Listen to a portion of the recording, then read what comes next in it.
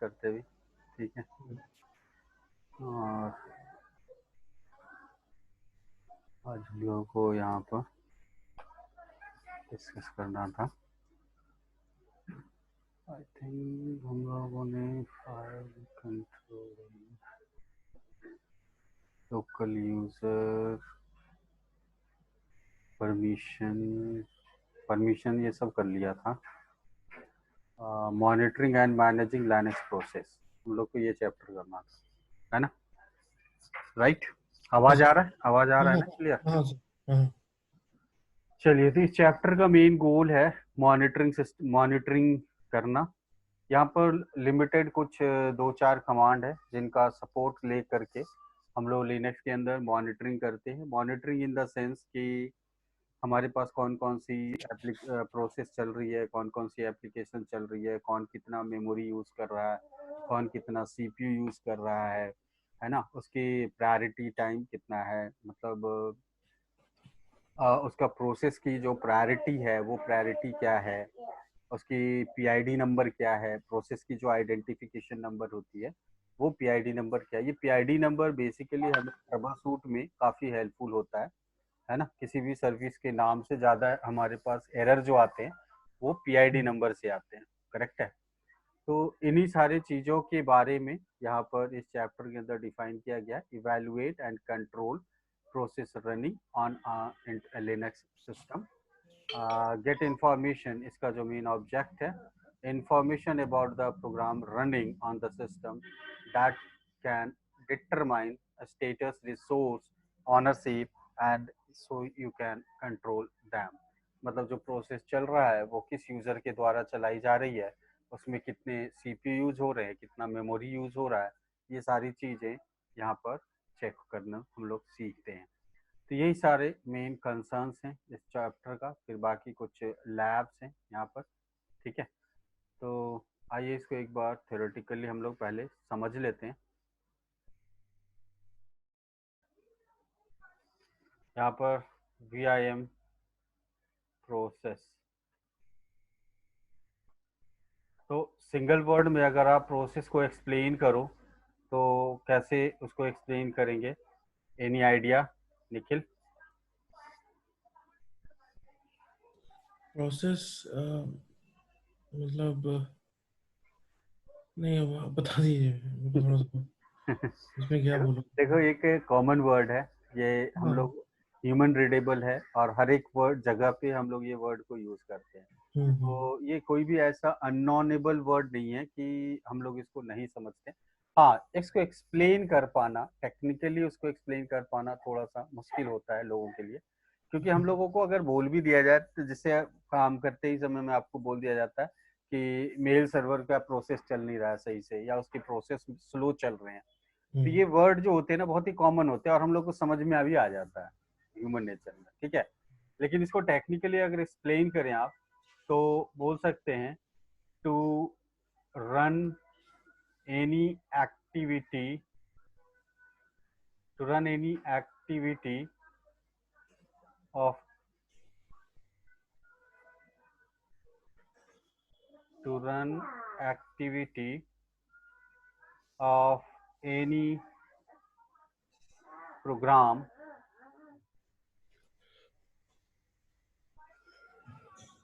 है ना? To run any activity, to run activity of any program is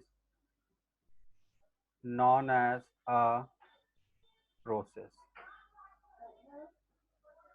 कोई भी एक्टिविटी, किसी भी प्रोग्राम की कोई एक्टिविटीज अगर चल रही है तो उस एक्टिविटी को हम लोग क्या बोलेंगे?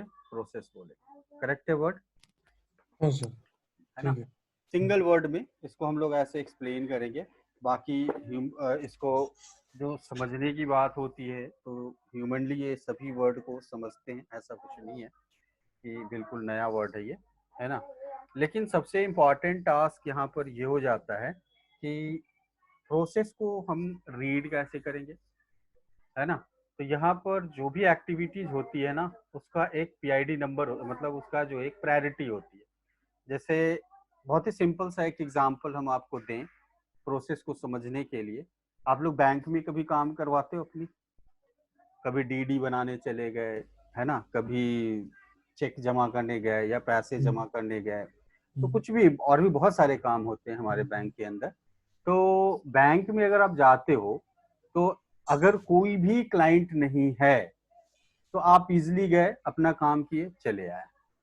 लेकिन आप गए और आपसे पहले वहां पर 10 बंदे पहले से खड़े हैं अपना काम कराने के लिए, तो क्या आप उसमें फर्स्ट अटेम्प्ट में काम करवा सकते हैं? नहीं नहीं, मुझे तो दैट वेट इज अ करना। प्रोसेस भाई। 9-10 लोग पहले से हैं, आपको 11वें नंबर पे ही खड़ा रहना पड़ेगा। 10 के हो जाएंगे तब आपको नंबर आएगा। तो दैट इज अ प्रोसेस, ये एक प्रोसेस है इसी में। लेकिन अगर वहीं पर एक हैंडीकैप व्यक्ति आ जाए या एक बुजुर्ग भी व्यक्ति आ जाए तो वहां पर जो है हमारा प्रायोरिटी इंपॉर्टेंट हो जाता है। मतलब प्रोसेस तो है ही, प्रोसेस के ज्यादा इंपॉर्टेंट वहां पर प्रायोरिटी किया जाता है। प्रायोरिटी का मतलब यही हुआ कि वो एक बुजुर्ग आदमी है, वो उतने समय तक खड़े नहीं रह सकते, या हैंडीकैप है वो उतना वेट नहीं कर सकते, तो हम उनकी प्रायोरिटी थोड़ी हाई कर देते हैं, बोलते हैं आप पहले काम करवा लो, हम लोग वेट कर लेंगे। करेक्ट है मेरा वर्ड? हाँ सर। है ना? तो जहां पर दो मेन पार्ट होता है, एक होता है प्रायोरिटी और एक होता है आपका प्रोसेस नंबर, है ना? प्रोसेस नंबर कि भाई जितने लोग हैं उनके बाद ही हो पाएगा। तो ये प्रायोरिटी को हम लोग बोलते हैं नाइस वैल्यू, टेक्निकली इसको हम लोग बोलते हैं नाइस। ठीक है? तो जितना भी नंबर यहाँ से प्रेजेंट होता है वो प्रायोरिटी बेस पे काम होता है, और वो प्रायोरिटी कॉमनली हमारा क्या होता है, हर प्रोसेस के साथ होता है। ठीक है?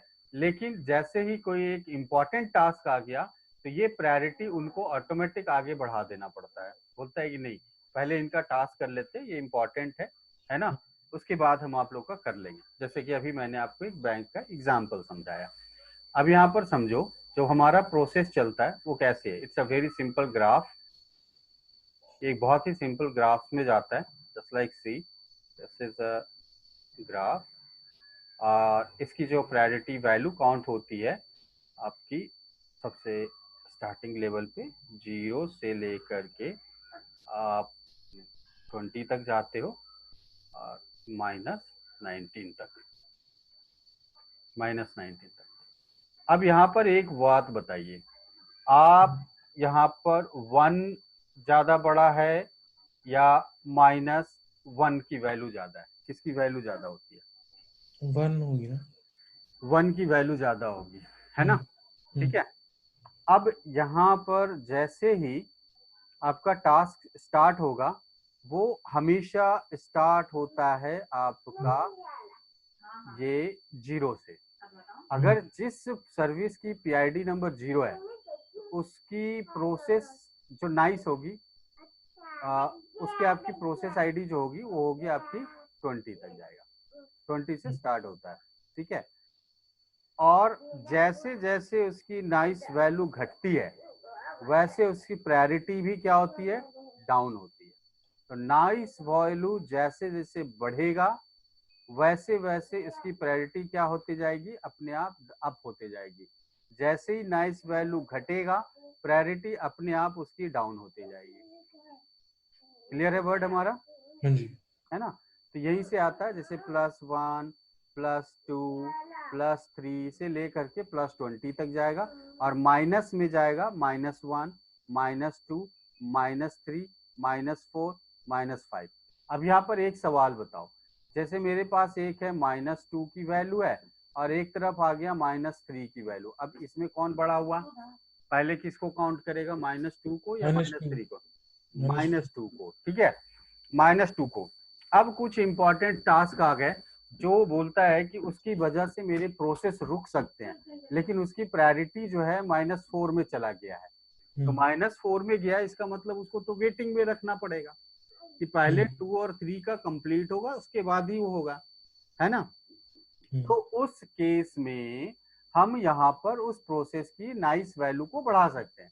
बोलते हैं यदि आप -4 पे मत लो, आप उसे थोड़ा सा हाई ले लो। जैसे आपने यहाँ पर इसकी नाइस वैल्यू बढ़ाया 1, एक छोटा सा एग्जांपल देते हैं, एक मेरे पास प्रोसेस चल रहा है XYZ, ठीक है, XYZ के नाम से एक प्रोसेस चल रहा है। इसकी नाइस वैल्यू है सपोज करो 1, तो इसकी PR वैल्यू क्या होगी? इसका नाइस वैल्यू NI होता है, NI वैल्यू है 1, तो इसकी PR वैल्यू क्या होगी? PR इज इक्वल टू 21, क्योंकि 0 से जब स्टार्ट हो रहा है तो उसका डिफॉल्ट तो 20 रहेगा ही रहेगा, उससे तो हम कुछ कॉम्प्रोमाइज कर नहीं सकते हैं। लेकिन जैसे जैसे नाइस बढ़ेगा उसका 20 से ऊपर ही जाएगा ना, ठीक है ना। और अब एक जैसे ही आपने इस XYZ प्रोसेस का नाइस वैल्यू आपने कर दिया -2, तो इसका मतलब इसकी प्रायोरिटी कितनी हो गई? 20 में से 2 घट गया तो 18 में आ गई, तो प्रायोरिटी 18 आ गया। इसका मतलब उसको पहले काम मिलेगा, उसको पहले प्रोसेस मिलेगा। करेक्ट है वर्ड हमारा? नहीं तो फिर लेकिन प्रोसेस तो 21 को मिलना चाहिए ना। अच्छा, प्रायोरिटी 21 पे है। नहीं, आप सोचो ना, यहाँ पर प्रायोरिटी 21 है और एक प्रायोरिटी 18 है, तो प्रोसेस का तो प्रायोरिटी के हिसाब से तो नंबर जो कम होगा उसका पहले टास्क होगा ना। लेकिन आपका टास्क ही 20 से शुरू होता है प्रायोरिटी। हाँ, वो फिक्स है कि कोई भी प्रोसेस की प्रायोरिटी जो होती है ना उसको 20 से ही काउंट करता है, ये रिजर्व है अपने कर्नल पे, है ना। इसीलिए उसकी नाइस वैल्यू हमेशा देखोगे 0 होगा। कोई भी प्रोसेस की आईडी अगर 0 है तो उसका प्रायोरिटी आप देखना 20 पे रहेगा, फिक्स रहेगा। और ये मैक्सिमम जितने भी सिस्टम यूजर होता है, सिस्टम प्रोग्राम होते हैं ना, वो सिस्टम प्रोग्राम सारे का एक कॉमन प्रायोरिटी होता है और वो है 20। अभी मैं आपको टेस्ट करके दिखाता हूँ इसका मॉनिटरिंग में। बट यहाँ पर पॉइंट क्लियर करो, जैसे मैंने यहाँ पर बोला 20 से 21 बढ़ गए, मतलब उसकी प्रायोरिटी आगे बढ़ गया। तो जब आगे बढ़ गया, जैसे वही बात हो गई ना कि आप 10 के बाद 11वें नंबर पे बैठे थे, अब एक बुजुर्ग आदमी आ गए, वो पहले काम कर गए, तो आपका जो 11वां नंबर पे काम होना था वो 12वें नंबर पे हो गया, मतलब प्रायोरिटी आपकी 12 पे चली गई। करेक्ट है मेरा वर्ड? हेलो? हाँ सर, है बिल्कुल। ना, समझ में आई ना बात? तो उस हिसाब से यहाँ पर हम लोग प्रायोरिटी को मैनेज करते हैं, ये बहुत इंपॉर्टेंट होता है। लोग यही समझते हैं कि हम लोग प्रायोरिटी अगर बढ़ाना है तो प्रायोरिटी बढ़ाना है तो हम नंबर प्लस कर देंगे, तो बात सही है, आप प्रायोरिटी बढ़ा ही रहे हो। प्रायोरिटी बढ़ाना मतलब प्रोसेस को पीछे कर रहे हो, प्रायोरिटी घटाना मतलब प्रोसेस को आगे कर रहे हैं, है ना। अब क्लियर हुआ वर्ड हमारा? हाँ तो ये चीजें होती है, कई बार ऐसे हमारे एप्लीकेशन में देखने को मिलता है मार्केट में, आप कंपनी के अंदर स्पेशली इस तरह के केस जो आते हैं वो डेटाबेस के साथ बहुत ज्यादा इश्यूज आते हैं, क्योंकि मोस्ट प्रोबेबली डेटाबेस एक ऐसा प्लेटफॉर्म है जो हर एप्लीकेशन के साथ वो जुड़ा होता है, not only single work database. Database single में कुछ नहीं करता है, नहीं करता है, वो आपके मेल के साथ जुड़ा है, वो आपके एक्टिव डायरेक्टरी डोमेन सर्वर के साथ जुड़ा है, वो मॉनिटरिंग के साथ जुड़ा हुआ। इस तरह के जितने भी सर्विस हैं, प्रोसेस चलते हैं, हर एक के पीछे में बैकग्राउंड मेरा डेटाबेस जरूर रन करता है। करेक्ट है वर्ड? तो इस तरह के डेटाबेस की सर्विस में, प्रोसेस में ऐसी दिक्कतें कई बार आपको देखने को मिलेगा, फेस करने को मिलता है, और ये ऑपरेशन वर्क में ये बहुत बड़ा टास्क होता है ना, प्रायोरिटी को बढ़ाना, आगे पीछे करना। करेक्ट है? तो ये हो गया हमारा प्रायोरिटी समझना। इसमें कोई सवाल तो पूछ सकते हो अभी। नहीं ठीक है। ठीक है, तो ये चीजें, इसको मैं सेव कर देता हूँ, यहाँ पर इसको क्लियर कर दिया, यहाँ पर माइनस, ठीक है। और अब यहाँ पर जो प्रायोरिटी को, यहाँ पर जो मॉनिटरिंग टूल्स,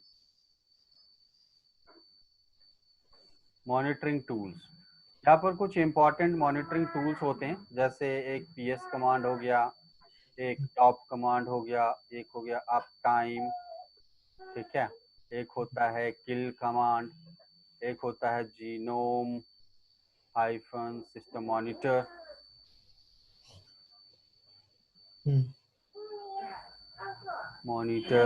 ठीक है, एक होता है टुन्ना, है ना, टुन्ना, ये भी एक काफी इंपॉर्टेंट टास्क है, टूल है, ये भी ग्राफिकल है टुन्ना। उसके बाद एक मॉनिटरिंग का ही एक अलग प्रोसेस आता है ट्यून्ड। तो ट्यून्ड जो होता है वो हम लोग मैनेज करते हैं, वो हम आपको सेकेंड मॉड्यूल में ट्यून्ड के बारे में समझाएंगे, ठीक है। ठीक उसमें है। दिया गया है पूरे एक चैप्टर। तो ये सारी बेसिक कमांड है जिसका सपोर्ट आप लेते हो मॉनिटरिंग करने के लिए। यहाँ पर क्या है, एक सिंगल वर्ड में समझाऊं तो check all running process,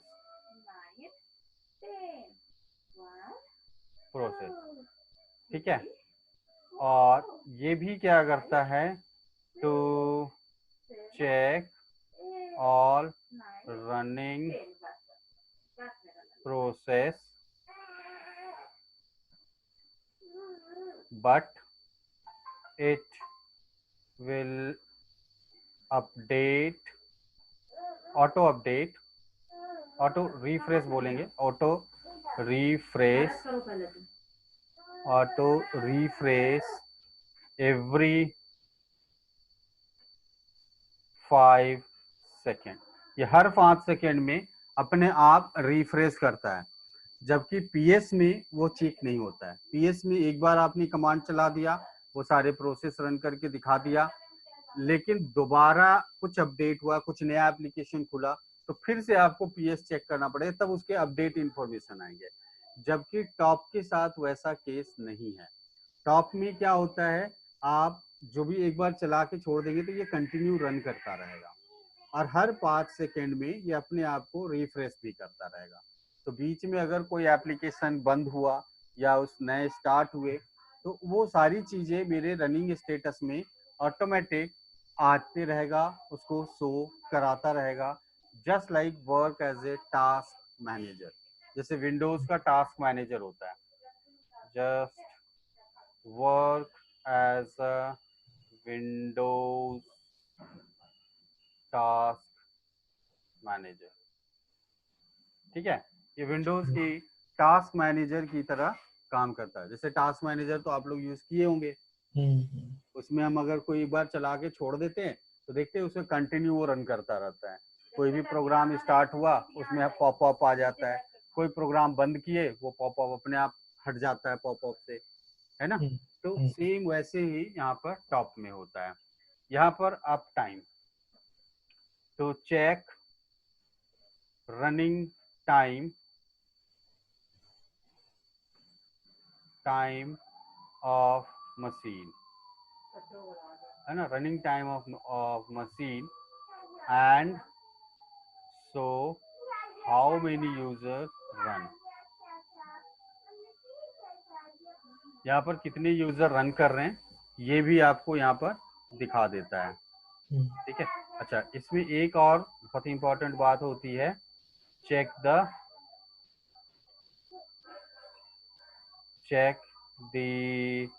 CPU load average, है ना। सीपीयू लोड एवरेज भी ये आपको चेक करके बताएगा कि आपका सीपीयू का लोड कितना तक हाई जा रहा है। तो इससे ना आपके प्रोसेस को मैनेज करने में काफी हेल्प होता है लोड एवरेज से।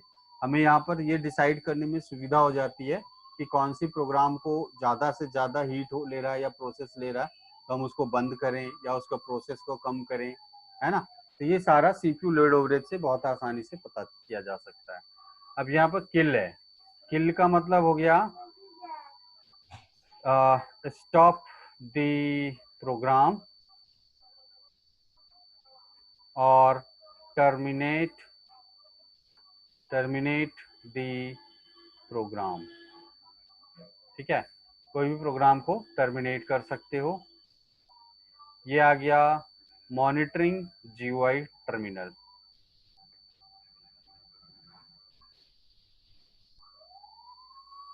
जीयूआई टर्मिनल, है ना। सेम आपका टूना भी है ना, मॉनिटरिंग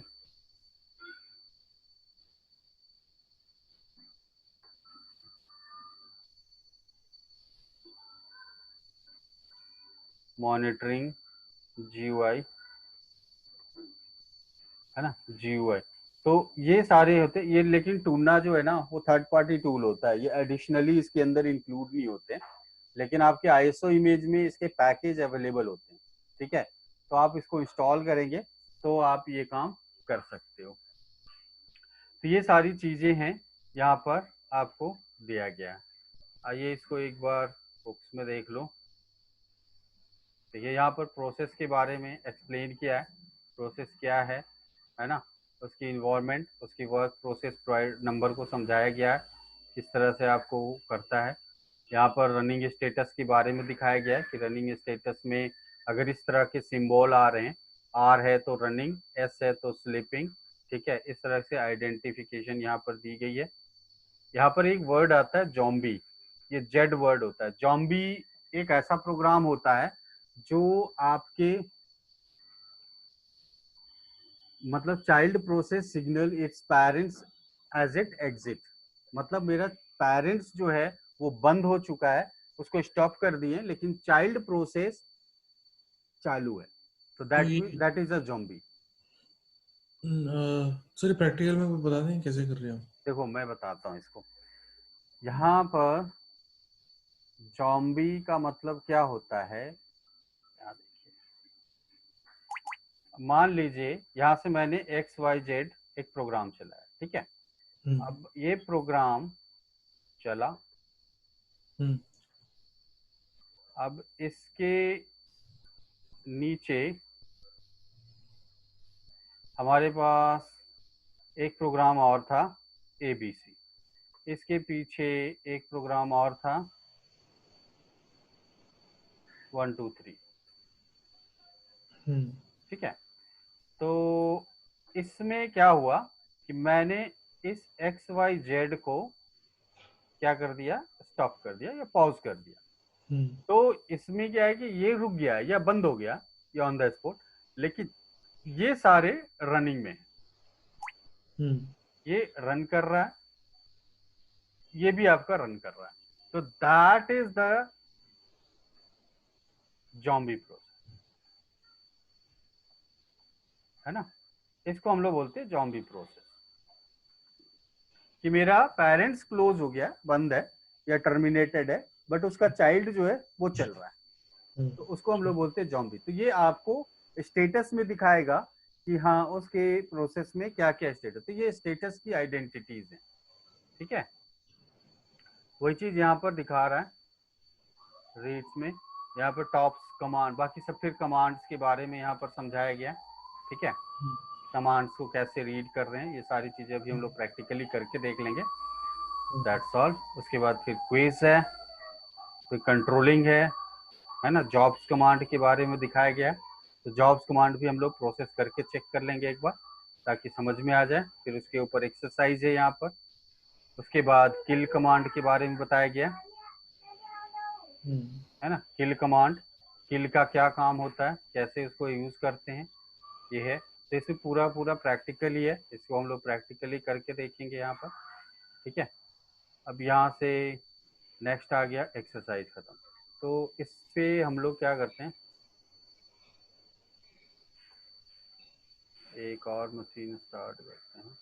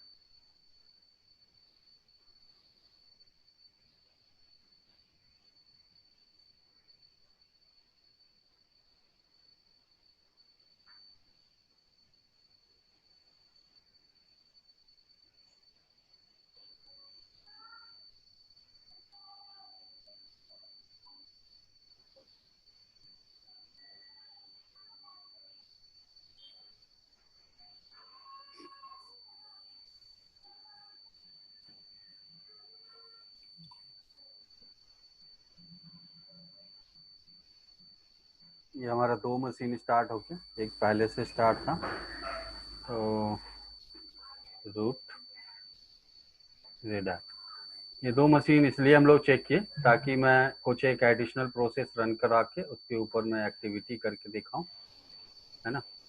तो सबसे पहले तो हम लोग यहाँ पर कमांड का यूज पहले समझ लेते हैं।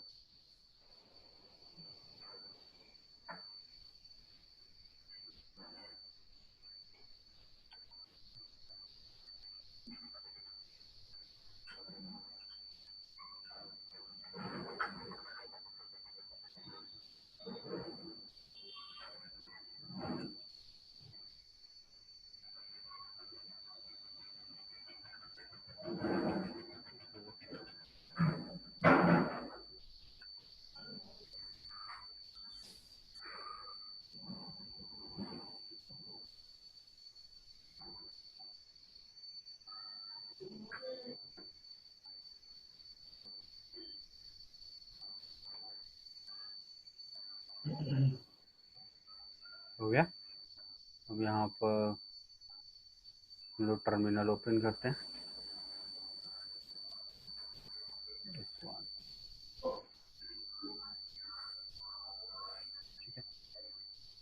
सबसे पहले यहाँ पर देख लो पीएस के बारे में।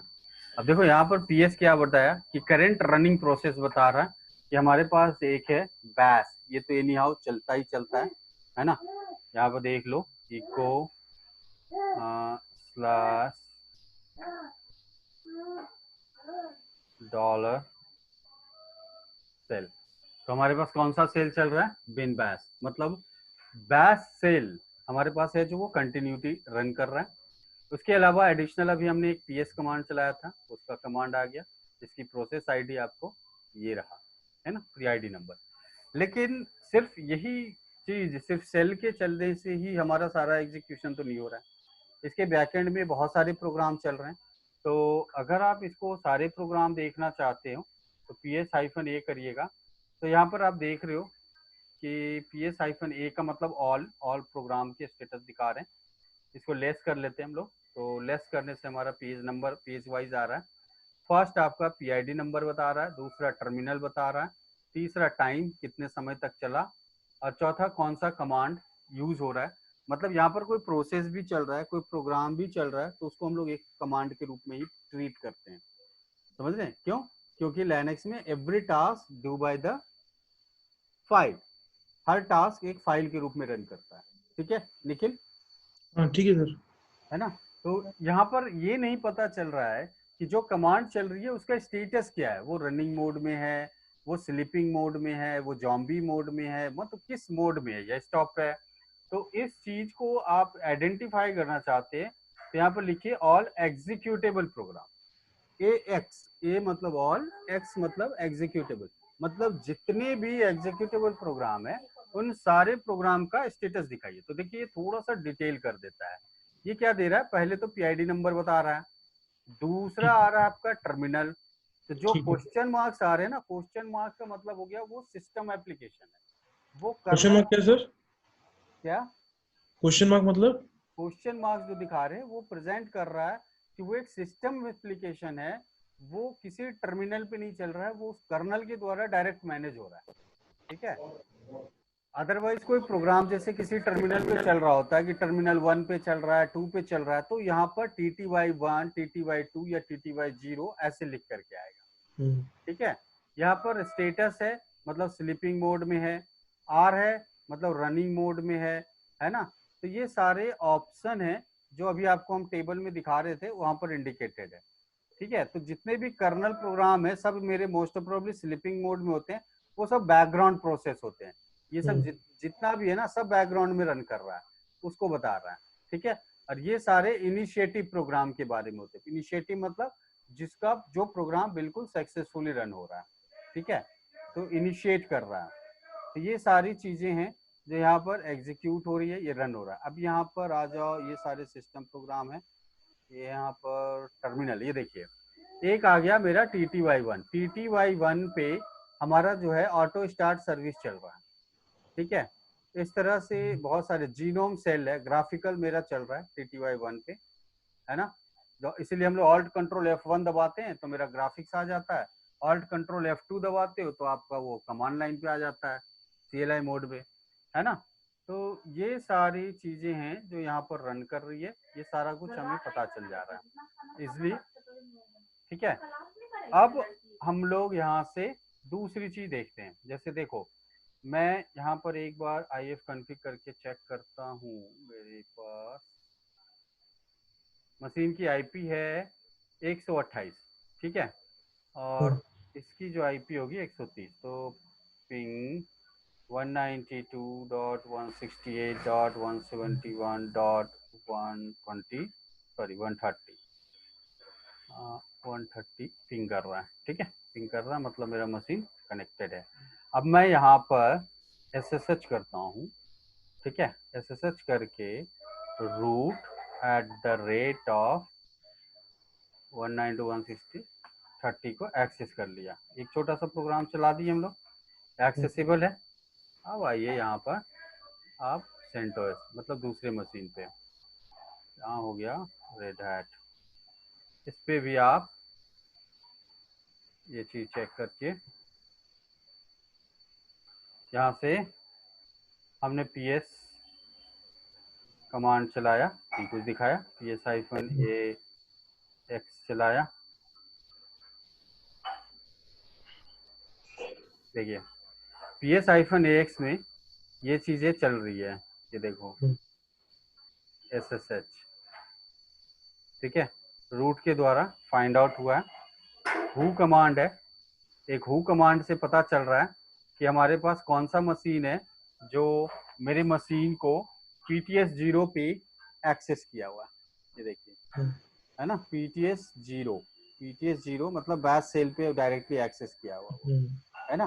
तो उस पर कौन सा कमांड चल रहा है, देखो PTS 0 के साथ ये दिखा रहा है, तो रूट एक्सेस के साथ SSHD चल रही है, करेक्ट है। इसकी PID नंबर कितनी है, 3158, तो बिल्कुल इजीली पता चल जा रहा है हमारा। तो हमें ये IF कॉन्फ़िग करके भी हमने देखा, तो सही रिपोर्ट दिखा रहा है कि अच्छा ये तो कंट्रोलर है ना, यहाँ से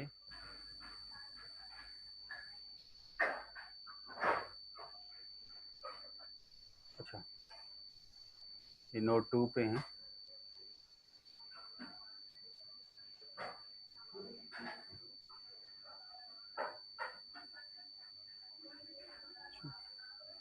कंट्रोल शिफ्ट T करते हैं, यहाँ से हमने बड़ा किया WHO, यहाँ पर हमें कुछ भी नहीं दिखा रहा, लेकिन हम कंट्रोलर में बैठ के दूसरे मशीन पे बैठ के इजीली पता कर लिए थे कि मेरा ये मशीन 128 एक्सेस किए हुए। अब मेरे मशीन का IP देख लो, ये देखो 128 के द्वारा एक्सेस था, मतलब इसी मशीन से एक्सेसिबल है। अब हम इस मशीन को नहीं जानते हैं, ठीक है, तो हमें क्या करना पड़ेगा, आप आ गए यहाँ पर, आपको इजीली यहाँ पर दिख रहा है ये प्रोग्राम के द्वारा इसको एक्सेस की गई है हमारे मशीन को, इसकी प्रोसेस ID ये है, तो इस प्रोसेस ID को हम यहाँ पर किल कर देंगे। हम ढूंढेंगे बाद में कि ये मशीन कौन है, इस पे क्यों, इसका मकसद क्या है हमारे मशीन को रिमोट एक्सेस करने का, इसको मतलब बात की बात है कि पहले हम अपने मशीन को तो सेव करें कि ये बंदा कौन है, इसने क्या एप्लीकेशन चलाया, मुझे पता चल गया कि इस कमांड के थ्रू एक्सेस हुआ है, मतलब इस प्रोसेस के थ्रू एक्सेस किया, मैं उस प्रोसेस को किल कर दूंगा, तो किल और उसका PID नंबर। अब जैसे ही यहाँ PID नंबर डाले, आप आइए यहाँ पर, ये देखिए कनेक्शन क्लोज, है ना, क्लोज कर दिया ये, तो हम वहां से बैठे बैठे इसको क्लोज कर दिए। अब आप यहाँ पर एक बार हु कमांड अभी चलाइए, WHO हु। अब हु कमांड का रिपोर्ट देखिए, हु में क्या है, वो मशीन नहीं बता रहा है कि इस मशीन के द्वारा IP एक्सेस हुआ है, अब वो एग्जिट हो चुका है, बाहर हो चुका, यानी कि हम कंफर्म हो चुके कि हमारा किल कमांड जो है सक्सेसफुली रन हो गया, तो उसको टर्मिनेट कर दिया गया, किल को पूरी तरह से हटा दिया गया, ठीक है। अब यहाँ पर PS-AX भी करके देखिएगा, तो यहाँ भी आपको कोई ऐसा प्रोसेस नहीं दिखा रहा है जो SSH के थ्रू चलाया गया है, कहीं भी नहीं है, करेक्ट है, ठीक है। तो ये चीजें हट गई। तो इस तरह से हम लोग ये सारा प्रोसेस चेक करते हैं। अब इसमें चलो यहाँ से आते हैं, यहाँ पर ये मेरा यहाँ से आ गया, तो PS कमांड और ये किल कमांड, ये दो चीजें तो आपको समझ में आ गई, है ना। उसके बाद किल में ना 2-3 ऑप्शंस होते हैं, जैसे एक होता है किल -9, उसके बाद PID नंबर, तो इसका मतलब क्या होता है, फोर्सली किल द प्रोसेस। कभी कभी क्या होता है कि डायरेक्ट किल स्पेस PID नंबर, जैसे कि अभी हमने SSHD की PID नंबर को क्लोज कर दिया किल स्पेस PID नंबर से, अगर उसे नहीं होता है तो फिर हम फोर्सली लगाते हैं, मतलब -9 ऑप्शन लगाएंगे आप वहां पर, ठीक है। और अगर इसके बाद भी नहीं हो रहा है तो आप करोगे किल -15 और फिर PID नंबर, मतलब होता है टर्मिनेट, कि ठीक है। पूरा का पूरा प्रोग्राम ही मेरा टर्मिनेट कर दो इस पीआईडी नंबर पे जो भी चल रहा है वो, मुझे ये प्रोग्राम नहीं चाहिए।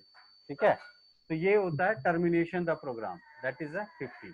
तो ये चीजें भी आप ध्यान देख सकते हो। अब इसमें ना बहुत अच्छी चीज है कि इसके अलावा भी इसके अंदर बहुत सारे ऑप्शन होते हैं, जस्ट लाइक सी किल हाइफन टी, हाइफन एल होता है, किल हाइफन एल, किल हाइफन एल करके ना देखो यहाँ पर 64 टाइप ऑफ सिग्नल दिखे गए हैं किल के साथ, किल 1 से लेकर के किल 64 तक। तो हमने तो अभी आपको सिर्फ 2 ही प्रोग्राम बताए कि सिग्नल को किल कर दो या फिर उसको सिग्नल को टर्मिनेट कर दो, है ना। बाकी ये सारे ऑप्शंस भी हम लोग यूज कर सकते हैं, लेकिन ये सब ऑप्शन ना हम लोग डायरेक्ट कमांड के साथ बहुत ही कम यूज करते हैं। ये हम सारे प्रोग्रामिंग लैंग्वेज जब बनाते हैं ना, सी जावा, और उसके साथ हम लोग किल का यूज करते हैं, तो उस केस में हम लोग ये सारे प्रोग्राम यूज करते हैं, है ना। कि signal termination 34, signal program of, है ना, signal program out, signal program dead, है ना, होल्ड, तो इस तरह से होल्ड में डाल देना। तो ये सब नंबर है, इस नंबर का इस्तेमाल करके भी हम लोग सिग्नल को बहुत लेवल पे मैनेज करते हैं, तो इट्स एन वेरी इंपॉर्टेंट, है ना। ठीक है सर। तो ये सारे सिग्नल पॉइंट हो गए। तो ये आपका हो गया पीएस और किल कमांड का फर्क। अब यहाँ पर पीएस में ही अगर आप यहाँ पर ए यू एक्स लगा दिए, जैसे ए एक्स हम लगा रहे थे अभी तक, तो ए एक्स का मतलब हो रहा था कि जितने ऑल एग्जीक्यूटेबल प्रोग्राम, लेकिन उस एग्जीक्यूटेबल प्रोग्राम का ऑनर कौन है, उसका यूजर ऑनर कौन है, किसके द्वारा वो कमांड चलाई जा रही है, उसको देखना हो तो आप कैसे देखोगे। तो यूजर ऑनरशिप देखने के लिए हम लोग यू लगा देंगे। तो देखो यहाँ पर सब कुछ दिखा रहा है कि एवरी टास्क जो भी कमांड हमारा चल रहा है वो अभी फिलहाल हमारे रूट यूजर से चल रहा है, इसका पीआईडी नंबर ये है, उसका CPU usage of CPU, usage of memory, यहाँ पर दो दो चीजें हमें साफ साफ शब्दों में दिखा दे रहा है कि कौन सा प्रोग्राम कितना सीपीयू लोड उठा रहा है और कितना मेमोरी यूज कर रहा है। ठीक है, उसके बाद यहाँ पर दो चीजें आ रही है, एक हो रहा है वर्चुअल साइज और दूसरा आता है रिजर्व मेमोरी। तो ये वर्चुअल साइज का मतलब हो रहा है कि जैसे हम, आपके पास जो मेमोरी होती है ना, रैम, रैम जो आप करते हैं मेमोरी, तो रैम को भी डिवाइडेशन की गई है। आप जब वर्चुअलाइजेशन करते हो आज के डेट में रैम का, तो रैम का कुछ हिस्सा आपके वर्चुअल मशीन के ऊपर चला जाता है जो कि मेरा फिजिकल से लोड उठाता है। तो वो वर्चुअल हमारे फिजिकल से कितना लोड उठा रहा है, उसमें रिजर्व मेमोरी कितनी है ना। जो रैम का अपना पर्सनल रिजर्व मेमोरी होती है, जिसको हम लोग कैश या बफर मेमोरी बोलते हैं, वो कितना यूज कर रहा है ये मेरा प्रोग्राम, वो यहाँ पर दिखा रहा है।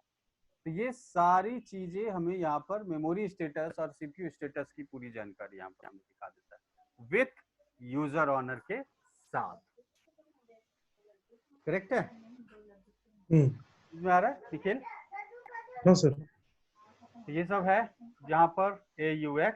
तो ये सारे प्रोग्राम के साथ हम लोग यहाँ पर चेक कर सकते हैं। उसके साथ है PS-, ALX भी देख सकते हो। ALX में भी आपका सेम उसी तरह से आउटपुट आएगा, है ना। UID नंबर दिखाएगा, प्रोसेस आईडी है, प्रायोरिटी प्रोसेस आईडी है। फिर यहाँ पर देखो PR नंबर दिखा रहा है, PRI मतलब प्रायोरिटी और NI मतलब नाइस वैल्यू। तो प्रायोरिटी और नाइस वैल्यू अगर देखना है तो AL के साथ लगाना पड़ेगा, लिस्ट के साथ दिखना पड़ेगा। लेकिन इन सब में देखो एक कॉमन चीज आ रही है, PS जब भी हम चला रहे हैं वो रिजर्व है, वो कभी देखो एक बार भी रिफ्रेशमेंट नहीं ले रहा है।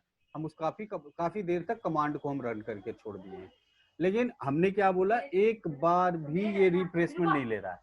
कोई बार, कई जितनी बार हमें नई अपडेट चेक करनी है उतनी बार हमें कमांड चलानी पड़ेगी। ठीक है, तो ये फर्क है आपका टॉप में। देखो अब मैं यहाँ पर टॉप के साथ दिखाता हूँ। टॉप में देखो, एक तो सबसे अच्छी बात है कि यहाँ पर हर 5 सेकंड में देखो अपने आप रिफ्रेश ले रहा है, ऑटोमेटिक रिफ्रेश ले रहा है। ठीक है, और उसमें कितने समय से मेरा मशीन अप है ये दिखा रहा है, मिनिमम कितने मिनट हो गए मशीन को अप होते हुए, कितने यूजर चल रहे हैं इसके ऊपर, सीपीयू का लोड एवरेज कितना जा रहा है। तो मिनिमम दे रहा है पहला 5 मिनट में ये दे रहा है 44%, मतलब 44 यूनिट। फिर 10 मिनट में आपका दे रहा है 70 यूनिट, और फिर 15 मिनट में ये दे रहा है 85 यूनिट।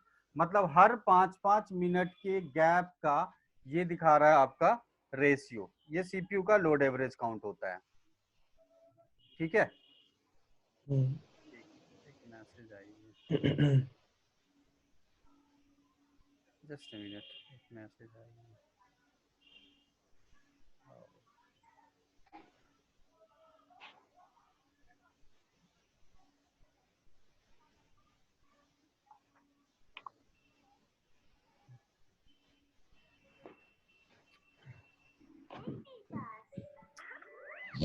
अरे यार तुम लोग हमको अभी परेशान।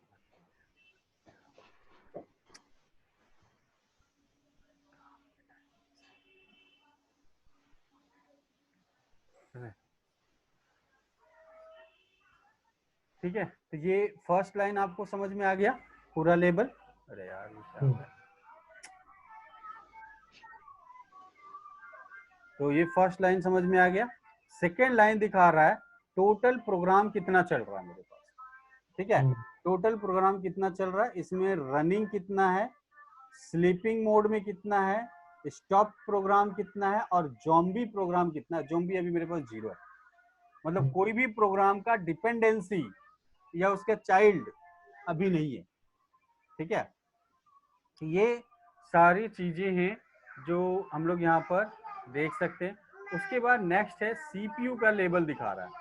सीपीयू का जो इंटरनल लेवल पे कितना जा रहा है, इसका सिस्टम प्रोसेस में कितना आ रहा है, नाइस कितना पढ़ रहा है, आईडी नंबर कितनी रीड कर रहा है, कितना वार्निंग दे रहा है ना, ये सारे कितना सोर्सेस इन हो रही है, कितना ये वही सब जैसे सोर्सेस। टास्क मैनेजर में रहता है विंडोज में, वैसे ही हाँ सब। बिल्कुल बिल्कुल वैसे ही दे रहा है। मेमोरी का अपना स्टेटस दिखा रहा है, स्वैप मेमोरी का अपना दिखा रहा है। ठीक है, तो हर एक का अपना अपना डिटेल यहाँ पर दिखा रहा है, और साथ ही साथ यहाँ पर एवरी 5 सेकेंड ये अपने आप पीआईडी को रिफ्रेश करते जा रहा है। तो पीआईडी अगर इस नंबर बीच चाहिए। में जैसे मैं कोई एक नया प्रोग्राम खोल देता हूँ, ये लोग मैंने फायरफॉक्स खोल दिया। ठीक है, अभी देखो यहाँ पर नेक्स्ट जैसे ही हुआ, देखो फायरफॉक्स आ गया, है ना। तो ये अपने आप में फायरफॉक्स आ गया। अब मैं इसको जैसे मैं बंद कर देना हूँ, चलो मैंने इसको बंद कर दिया। अब देखो नेक्स्ट स्टेप, नेक्स्ट पे हट जाएगा वो अपना। चलो खत्म हो गया, अपने आप खत्म हो गया फायरफॉक्स। ठीक है, और दूसरी चीज यहाँ पर जो मैंने आपको नाइस वैल्यू और ये प्रायोरिटी वैल्यू, ये दो चीजें समझाई थी आपको। तो आप यहाँ से भी चाहो ना तो चेंज कर सकते हो। जैसे देखो जिसकी भी नाइस वैल्यू 0 है, देखो ऑटोमेटिक उसका प्रायोरिटी 20 है। ठीक है, और जिसका प्रायोरिटी नाइस वैल्यू -20 है, उसकी प्रायोरिटी 0 है, आ रही है ना। तो ये डिपेंड है, जो कि मैंने आपको ग्राफ के ऊपर करके दिखाया था। अब जैसे मैं यहाँ पर किसी एक प्रोग्राम का प्रायोरिटी चेंज करता हूँ, जैसे सपोज करो मैंने 20 का ले लिया आपका सिस्टम डी का। ठीक है, अब ये सिस्टम डी का पीआईडी नंबर कितना है, देखो 1 है। तो अगर मुझे यहाँ पर रीनाइज करना है, यहाँ पर कोई भी कमांड चलाना है ना, तो आप शिफ्ट के साथ क्वेश्चन मार्क्स दबा दो। शिफ्ट के साथ क्वेश्चन मार्क्स दबाने के बाद आपको ये पूरी स्क्रीन आ जाएगी। अब यहाँ पर आप अपना कलर कोडिंग कर सकते हैं, अगर आप किल करना चाहें प्रोग्राम किल कर सकते हैं, रीनाइज करना चाहते हैं आर दबाइए, रीनाइज हो जाएगा। ठीक है, तो मैंने यहाँ पर सब देख लिया ऑप्शन, फिर क्यू बटन दबा के बाहर हो गए। अब मुझे रीनाइज करना था, मैंने आर बटन दबा दिए। अब आर बटन दबाएं तो देखो बाय डिफॉल्ट जो सबसे टॉप में है ना उसको पढ़ लेता है, लेकिन मुझे तो चेंज जो करना था 1 नंबर को करना था। ठीक है, जिसका पीआईडी नंबर 1 है, तो मैंने यहाँ पर बोला पीआईडी नंबर 1 इंटर। अब यहाँ पर बोल रहा है रीनाइज वैल्यू कितनी होनी चाहिए, तो मैंने बोल दिया 2। ये लो, तो उसका प्रायोरिटी नंबर कितना हो जाएगा 22। ये देखो आ गया ना, रीनाइज 1 का पीआईडी नंबर 1 का 22 हो गया। तो इस तरह से आप उसकी प्रायोरिटी बढ़ाना या घटाना हो तो -2 कर दो, तो -2 कर दोगे तो वो ऑटोमेटिक आगे बढ़ जाएगा, 18 नंबर पे उसकी काउंटिंग हो जाएगी, है ना। तो इस तरह से आप किसी भी प्रोग्राम को टॉप के अंदर प्रायोरिटी बढ़ा सकते हो, उसको घटा सकते हो। ठीक है, अब इसमें जो मुझे चाहिए कि जैसे कई कई भी हो जाता है कि नहीं यार ये बहुत ज्यादा लिस्ट दिखा रहा है। अब मुझे क्या करना है, यहाँ पर एक लिमिटेड नंबर चेक करना है। ठीक है, मैंने एन दबाया, एन दबा के मैंने बोला 6, तो यहाँ पर सिर्फ टॉप के 6 प्रोग्राम को ही लोड दिखाएगा, सिर्फ 6 प्रोग्राम ही लोडेड दिखाते करता रहेगा, सारे प्रोग्राम नहीं करेंगे, है ना। तो ये हमारे कंट्रोल में है कि हम कितने प्रोग्राम का मॉनिटरिंग करना चाहते हैं, 6, 10, 15, 20 जो भी है, वो हमारे पास लिमिटेड नंबर मैनेज कर सकते हैं। अगर कुछ नहीं दोगे तो सारे प्रोग्राम को रीड करेगा। अब इसमें मान लो कोई कलर कोडिंग देना चाहते हो, ये लो क्वेश्चन मार्क सिलेक्ट करो, जेड के साथ आपका आ रहा है कलर कोडिंग, ये लो मैंने एस्केप बटन दबाया, मैंने यहाँ पर शिफ्ट के साथ जेड दबा दिया। अब इसे पूछ रहा है कि कलर कोडिंग किसको देना है, तो यहाँ पर कलर कोडिंग में आपका आ रहा है रेड है, ग्रीन है, येलो है, मैजेंडा है, मतलब जो भी है आप कलर चूज कर लो 1। ठीक है, तो 1 में आपका आ गया इंटर। नहीं सर, एक मिनट, ये कलर कैसे किया आपने? देखो यहाँ पर इंटर में, अब यहाँ कलर कोडिंग में आ गया, कुछ नहीं करना है, शिफ्ट क्वेश्चन मार्क दबा दो, यहाँ पर टॉप में देखो लिखा हुआ है जेड दबाओगे कलर आ जाएगा। ठीक है, तो मैंने यहाँ पर क्यू बटन दबाया, अब मैंने यहाँ जेड कैपिटल दिल था ना, तो शिफ्ट के साथ जेड दबा दिया, तो यहाँ पर कलर ऑप्शन दिखा दिए। अब यहाँ पर आपको कैसा कलर चाहिए, तो ग्रीन कलर चाहिए, है ना, तो ग्रीन के लिए है 2, मैंने यहाँ पर 2 दबा के इंटर कर दिया, तो यहाँ पर नीचे देखो मेरा ग्रीन कलर में आ रहा है। तो इस तरह से हम अपना आइडेंटिफिकेशन भी कलर कोडिंग से मैनेज कर सकते हैं। तो टॉप में काफी है, जस्ट लाइक टास्क मैनेजर, जैसे टास्क मैनेजर होता है वैसे यहाँ पे टॉप काम कर रहा है ना। ठीक है, समझ में आ रही है बात। तो ये सारे होते हैं हमारे प्रैक्टिकल सेशन में। तो ये हो गया, इसको हम लोग बाहर आ गया। उसके बाद यहाँ पर एक अप टाइम कमांड भी होता है। अप टाइम से आप सिंपल जो टॉप का सबसे टॉप लेवल लाइन था ना, बस वही दिखाता है आपको, है ना। ये वो सबसे टॉप है, टॉप के ऊपर का, जैसे आप यहाँ पर टॉप से चेक कर लो, टॉप में देखो ये चीज, यही चीज दिखा रहा था वहाँ, है ना। तो ये आपका अप सॉरी अप टाइम आपका रनिंग पीरियड बताता है, कितने समय से मशीन आप हो गया, हो रहा है, हो चुका है। अभी 1 घंटा 6 मिनट हो चुका है हमारा मशीन आप हुए, एक यूजर चल रहा है ना। अभी 8:46 हुआ है। तो ये सारी चीजें हैं जो हम अपना डिटेल यहाँ पर चेक कर सकते हैं। अच्छा, इसमें एक चीज और होती है, जैसे मैं ग्राफिकल, जैसे आप टास्क मैनेजर में देखते हो, यहाँ पर आप जीनोम सिस्टम मॉनिटर, देखो ये कमांड है, अगर ये कमांड नहीं चलेगा तो आपको इंस्टॉल करना पड़ेगा। तो यहाँ पर देखो ग्राफिकल मेथड में आ गया, जैसे आप टास्क मैनेजर में देखते हो। अब यहाँ सारे प्रोसेस चल रहे हैं, ठीक है। रिसोर्स चेक करना है तो यहाँ पर देखो हिस्ट्री का आ गया, मेमोरी स्वैप आ गया, नेटवर्क आ गए, ये सारी चीज़ें अपना शो करेगा। फाइल सिस्टम देखना है तो फाइल सिस्टम कितना पार्टीशन बना हुआ है, किसमें कितना % स्पेस यूज हो चुका है, ठीक है, और कितना का साइज है, ये सब कुछ हम लोग देख सकते हैं, कौन सा फाइल सिस्टम यूज हो रहा है वगैरह वगैरह। तो ये सारी चीज़ें, अब इसी में जैसे मान लो यहाँ से राइट क्लिक करोगे, यहाँ से प्रोग्राम स्टॉप कर सकते हो, प्रायोरिटी चेंज कर सकते हो, ठीक है, किल कर सकते हो, ये सारा कुछ है इसके अंदर। तो यही से हम इसको डायरेक्ट मैनेज कर सकते हैं। क्लियर है? ठीक है सर। है ना। तो ये सब सिंपल कमांड है जिसको यूज करना है सिर्फ आपको।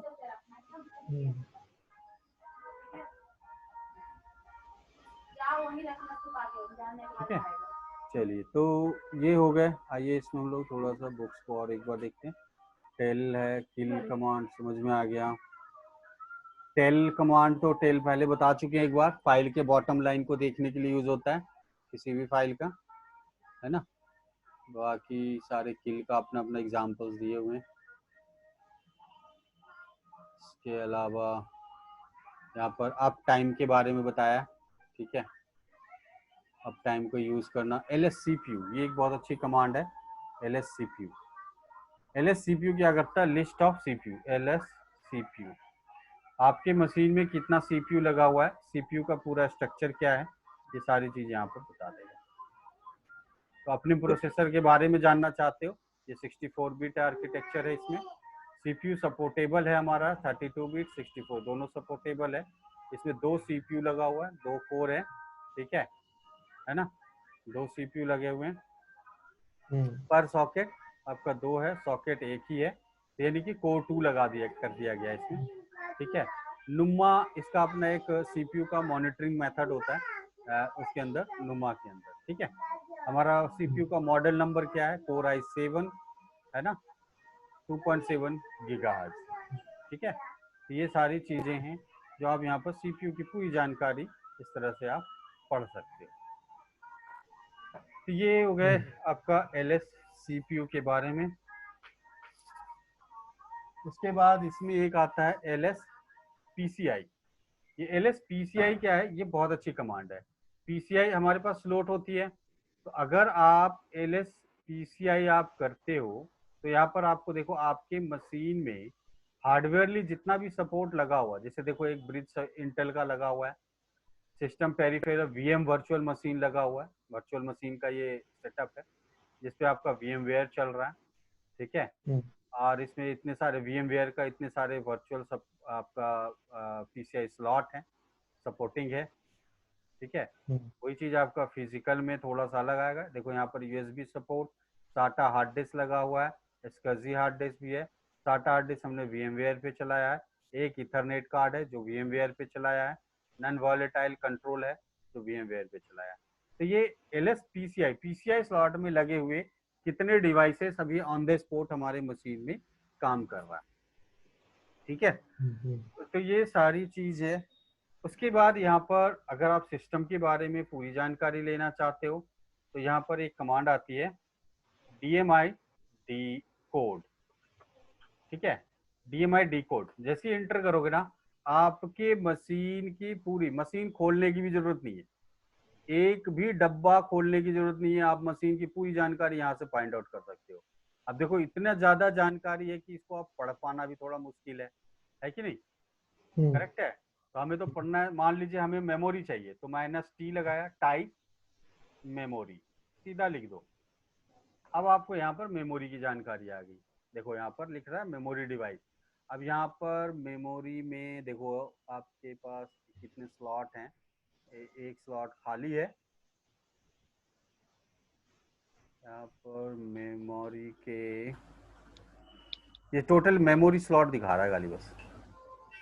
ठीक है, वो तो ठीक है सर। मुझे टेल का थोड़ा बता दीजिए। टेल में वो सर्च भी करता है ना चीजें वो कई हाँ बार, हाँ तो हाँ कैसे है, क्या है? हाँ, 1 मिनट दिखाते हैं, 1 मिनट रुक जाओ। यहाँ पर देखो इतने सारे मेमोरी के स्लॉट लगे हैं, वर्चुअल है ना, तो इसमें बहुत सारे स्लॉट हैं इसके अंदर, ठीक है। तो हम्म, ये सब आप सिर्फ मेमोरी का चेक कर रहे हो।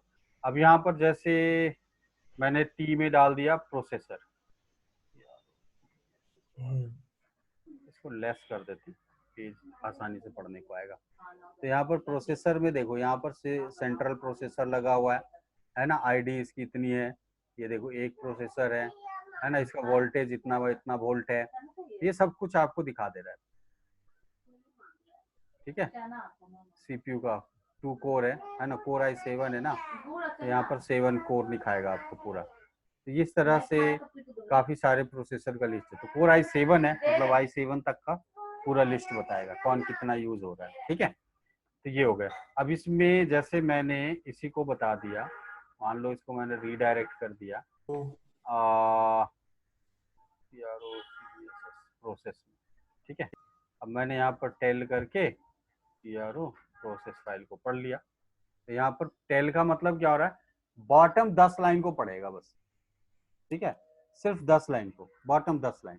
तो 1 2 3 4 5 6 7 8 9 10, ये 10 लाइन हो गया। अगर आपको 10 से ज्यादा पढ़ना है या इसको कंटिन्यू चलाते देखना है तो आप यहाँ पर -F लगा दो, ठीक है। ये आपको 10 से कंटिन्यू आता रहेगा, है ना। अब यही इसका मेन कंसेंट है। टेल कमांड का काम होता है कि किसी भी फाइल के बॉटम 10 लाइन को पढ़ना या बॉटम 10 लाइन से ज्यादा पढ़ना है अगर आपको, तो आपको कुछ नहीं करना, यहाँ से Ctrl+C करके बाहर आइए और यहाँ पर टेल -N, मैंने बोला मुझे 18 लाइन पढ़नी है प्रोसेस फाइल, तो ये लो, अब 18 लाइन आ गया मेरे, है ना। तो इसमें सर्च करने की जरूरत ही नहीं है ना, यहाँ पर जो जरूरत है वो चीजें हम अपना, अगर अब सवाल है जिसे अभी आपने पूछा, यहाँ पर मुझे चलो कोई वर्ड सर्च करनी हो तो कैसे करें, तो यहाँ पर ना टेल में सर्च की जरूरत ही नहीं है, आप यहाँ पर सीधा ले लो लेस लेस प्रोसेस। अब यहाँ पर देखो पेज वाइज पढ़ रहे हो एक एक करके, है ना। अब मुझे कोर i7 सर्च करना है, तो मैंने लिखा कोर i7, कोर i7, यहाँ पर कुछ नहीं है, मैंने यहाँ पर लिखा स्लैश दिया i7 इंटर, देखो जितनी बार i7 है वो सिलेक्टेड है, ठीक है। अब यहाँ पर एन बटन दबाओ, एन बटन दबा करके आप आगे बढ़ोगे, है ना, एन बटन दबा के आप आगे बढ़ते जाओ, जा रहा है। तो इस तरह से आप इसमें सर्च कर सकते हो डायरेक्ट पॉइंट पे आप, ठीक है। ऐसे हम लोग यहाँ पर सर्च करते हैं, तो इस तरह से हम लोग लेस कमांड काफी यूजफुल होता है। समझ में आया निखिल? है ना। तो ऐसे हम लोग इसका यूज करते हैं। ये आपका DMID कोड, ये वाला याद रख लो, DMID कोड का ये काफ़ी अच्छी कमांड है, क्योंकि हार्डवेयर कॉन्फ़िगरेशन के लिए हम लोग मैक्सिमम डब्बा खोलते हैं, आपको डब्बे खोलने की कोई ज़रूरत नहीं है, आप यहाँ से ही डायरेक्ट फाइंड आउट कर सकते हैं। तो ये सारी चीज़ें यहाँ पर डिफाइन किया गया है, बाकी सब कमांड्स के शॉर्टकट हैं, ऑप्शंस वगैरह दिया हुआ है, और फिर इसके ऊपर एक्सरसाइज दे दिया है, इसका मॉनिटर कर दिया, ठीक है। सब टॉप कमांड के बारे में ही यहाँ पर बताया गया है। टेल का एक बार बता दो मेरे को, ठीक है। किसका? टेल टेल टेल कमांड, उसमें टेल के थ्रू सर्च भी करते हैं ना चीजों को? नहीं नहीं, टेल से हम लोग पढ़ते हैं, टेल में सर्च कहाँ होता है, ये तो टेल दिखाया मैंने, जैसे कि ये क्या है, ये जैसे यही तो है टेल कमांड। हाँ, अब जैसे कोई लॉग है, उसमें अगर कोई स्पेसिफिक वर्ड ढूंढ रहे हैं तो टेल कमांड यूज करते हैं ना। जैसे हम लोग यहाँ पर मान लो मैंने लिख दिया tel-f/var log messages, ठीक है, यहाँ पर ये फाइल लिख दिया। अब यहाँ पर कोई पर्टिकुलर सर्च करना है, जैसे मैंने यहाँ पर सर्च किया स्लाइस, इंटर मार, यहाँ पर सर्च ऐसे थोड़ी होती है, आप टेल में सर्च नहीं कर सकते, आप टेल से बॉटम लाइन को पढ़ सकते हो। सर्च करने के लिए आपको लेस कमांड यूज करनी पड़ेगी, ठीक है। टेल में आपने सर्च करते कहाँ पढ़ा है आपने? तो टेल कमांड से सर्च भी तो करते होंगे, लॉग्स में करते हैं कई बार, लॉग में कुछ चेक करना होता है कि इस प्रोसेस को कब डाउन हुआ था, क्या हुआ था, तो टेल कमांड यूज हो जाती है ना कई बार। वो टेल में वैसे नहीं होती है सर्च, देखो टेल में अगर सर्च करना ना तो आप उसे लगा पड़ेगा, डायरेक्ट टेल के साथ नहीं होती है। यहाँ पर मैंने बोला ग्रेप लगाना पड़ेगा, या फिल्टर करने के लिए बीच में ग्रेप लगाते हैं। हाँ, अब जैसे मैंने ग्रेप लगाया, अब मैंने यहाँ पर बोल दिया कि वर्ड सर्च करो, जैसे मेरा है स्लाइस, जैसे लाइक सी, ठीक है। तो ये यहाँ से स्लाइस वर्ड कब आया था, तो ये चीजें एक बार सिर्फ वही चीज फिल्टर करके दिखा दिया आपको। तो इसमें ना अच्छा, डायरेक्ट आप टेल में नहीं कर सकते, उसके साथ आप ग्रेप लगा के कर सकते हो, मतलब मल्टीपल चॉइस के साथ वो ऑप्शन होते हैं। तो यहाँ पर ना लिनक्स के अंदर ये बहुत ही अच्छी सब्जेक्ट है कि हम एक साथ मल्टीपल चीजों को सर्च कर सकते हैं, मल्टीपल कमांड एक साथ एग्जीक्यूट कर सकते हैं, है ना। तो ऐसे करके किया जाता है। डायरेक्ट कई चीजें ऐसी होगी कि डायरेक्ट हम कमांड से नहीं कर पाते। तो ये हो गया, देखो जैसे जैसे चीजें इसके अंदर अपडेट होगी वो अपने आप देखो शो करते जा रहा है, करेक्ट है वर्ड, ठीक है। है ना। तो ऐसे हम लोग सर्च करते हैं इसमें। दूसरी चीज आती है, और अगर आप डायरेक्ट पूरी पढ़ना चाहते हो तो लेस करके पढ़ लो, /var log messages। तो इसमें ये है कि फाइल को आप पढ़ रहे हो, अब यहाँ पर आपने SLIC स्लाइस को सर्च कर लिया, तो ये अलग बात है, जितनी बार NN दबाओगे जितनी बार स्लाइस आया वो सब दिखाता रहेगा आपको, क्यों करते हो बाहर हो जाओगे। तो ये सब बेसिक पॉइंट होते हैं, एंड इट्स अ गुड, क्योंकि ये देखो ये ना छोटे छोटे पॉइंट है, बट ऑपरेशन वर्क में काफी हेल्पफुल होते हैं आपके, ठीक है। ये आपका हो गया ये टॉप कमांड फिर वही सब रिपीट दिखा रहा है, टॉप कमांड चलाना है, उसको रीड करना है, अलग अलग प्रोसेस के साथ यहाँ पर दिखा रहा है। दैट्स ऑल, खत्म हो गया। फिर पूरे चैप्टर का एक लैब एक्सरसाइज